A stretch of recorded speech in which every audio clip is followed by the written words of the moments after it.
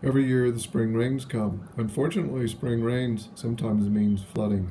Unfortunately, the state won't repair the culvert above the house, so every time the rains come, we get a flooded basement. So I've dammed up one corner of the basement and put a shop vac in it. Now I can control that shop vac using an Echo. This is great now. I don't have to stand over the vacuum to turn it off and on. Alexa, turn on shop vac.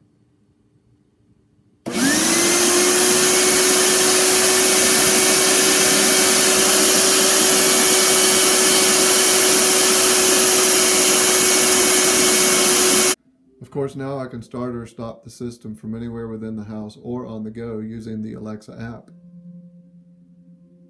Alexa, turn on shop vac. Okay.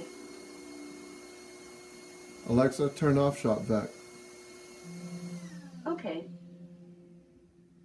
Isn't technology great?